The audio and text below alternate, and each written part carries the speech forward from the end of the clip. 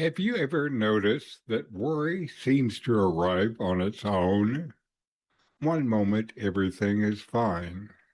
The next moment the mind is imagining what might happen tomorrow, next week, or next year. Before long you feel anxious and it seems completely real.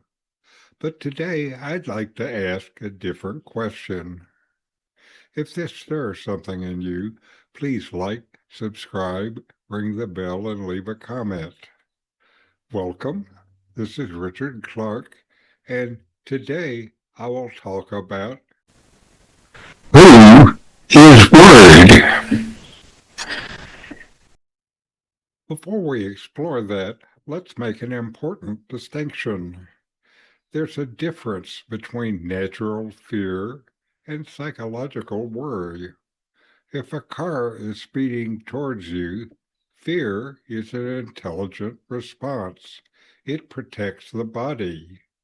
But psychological worry is different.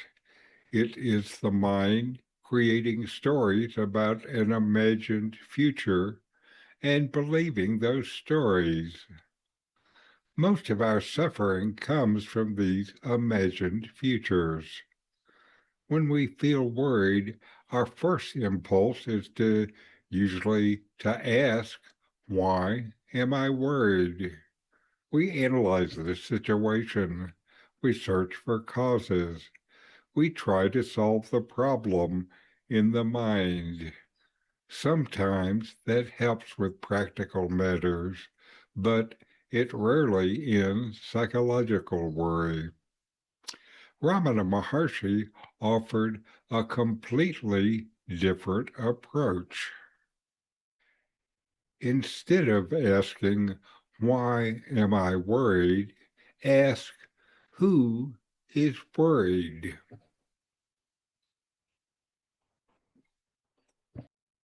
Notice the difference. The first question keeps attention on the story. The second turns attention towards the one who appears to be experiencing the story. This is not an intellectual question. Don't answer, the ego is worried, or my mind is worried.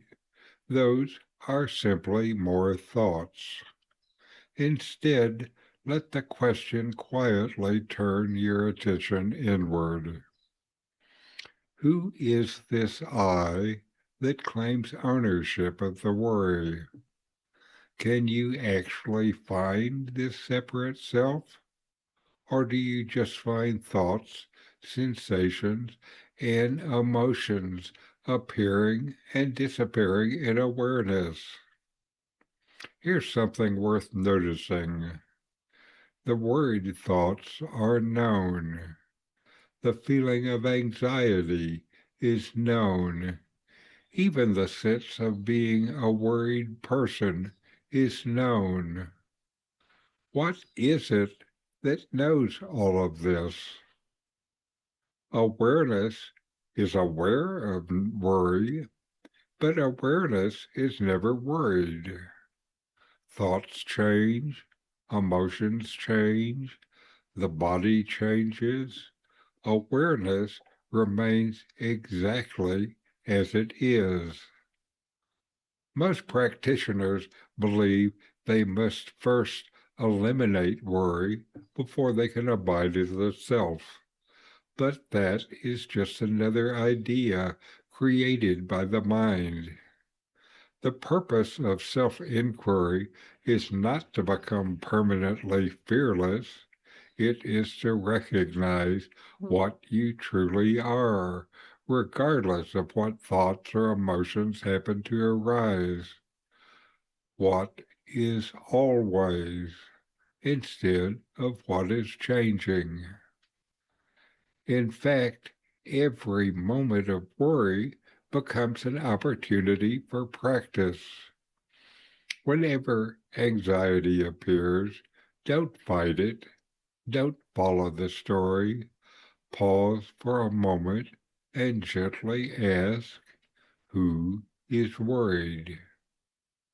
Allow attention to return to the one who seems to be experiencing the worry. Stay there without searching for an answer.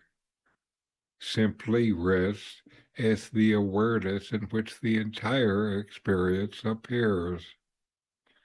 Over time, you may discover that worry belongs only to the imagined self. Awareness has never been anxious. It has only been aware. So today, the next time worry arises, don't ask how to get rid of it. Instead, ask,